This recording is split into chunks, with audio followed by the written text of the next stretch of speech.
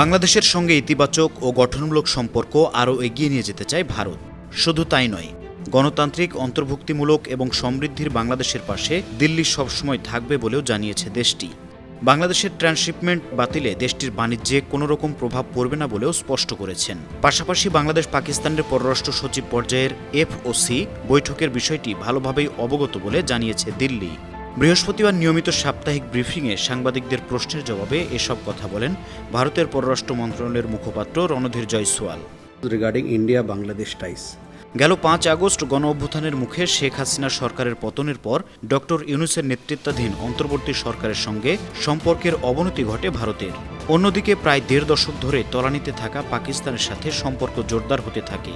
এরই ধারাবাহিকতায় 15 বছর পর ঢাকায় অনুষ্ঠিত হল বাংলাদেশ পাকিস্তানের পররাষ্ট্র সচিব পর্যায়ের ফরেন অফিস কনসালটেশন FOC বৈঠক। রাষ্ট্রীয় অতিথি ভবন পদ্মায় আয়োজিত বৈঠকে বাংলাদেশের পররাষ্ট্র সচিব মোহাম্মদ জসিমউদ্দিন ও পাকিস্তানের পররাষ্ট্র সচিব আমনা বালুচ তাদের নিজ নিজ পক্ষের নেতৃত্ব দেন।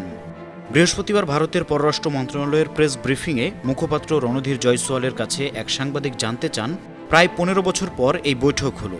পাকিস্তানের পররাষ্ট্র সচিব আমনা বালুচ এখন বাংলাদেশে, এ ব্যাপারে আপনার মতামত কি? জবাবে ভারতের পররাষ্ট্র মন্ত্রণালয়ের মুখপাত্র রণধীর জয়সওয়াল বলেন, এ ব্যাপারে আমরা অবগত আছি। সম্প্রতি নিজেদের বিমানবন্দর ও বন্দর ব্যবহার করতে দিয়ে তৃতীয় দেশে বাংলাদেশের পণ্য রপ্তানির ট্রান্সশিপমেন্ট সুবিধা প্রত্যাহার করেছে ভারত। তবে দেশটি স্পষ্ট করেছে যে এই পদক্ষেপের কারণে নেপাল ও ভুটানের সঙ্গে বাংলাদেশের বাণিজ্যের উপর নেতিবাচক প্রভাব পড়বে না।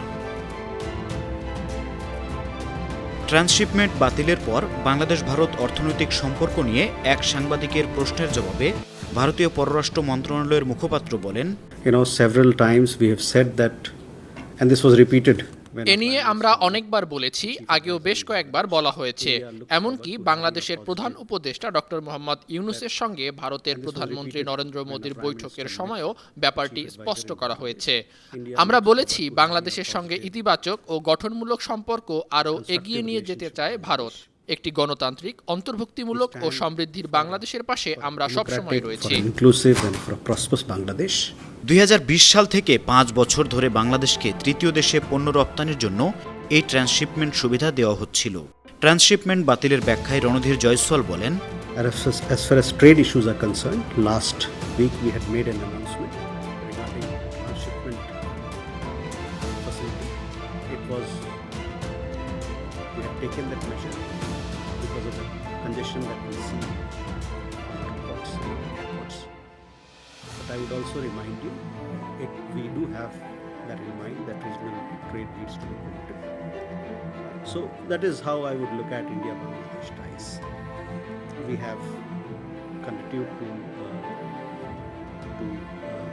call for constructive and positive engagement in our relationship. Press ব্রিফিংয়ে ভারতের উপর ডোনাল্ড ট্রাম্পের অতিরিক্ত শুল্ক আরোপ, যুক্তরাষ্ট্র থেকে বেশ কয়েকজন শিক্ষার্থীকে বহিষ্কার সহ নানা ইস্যু প্রাধান্য পায়। Conversation. Thank you very much. Thank you. Desk report, 52 TV.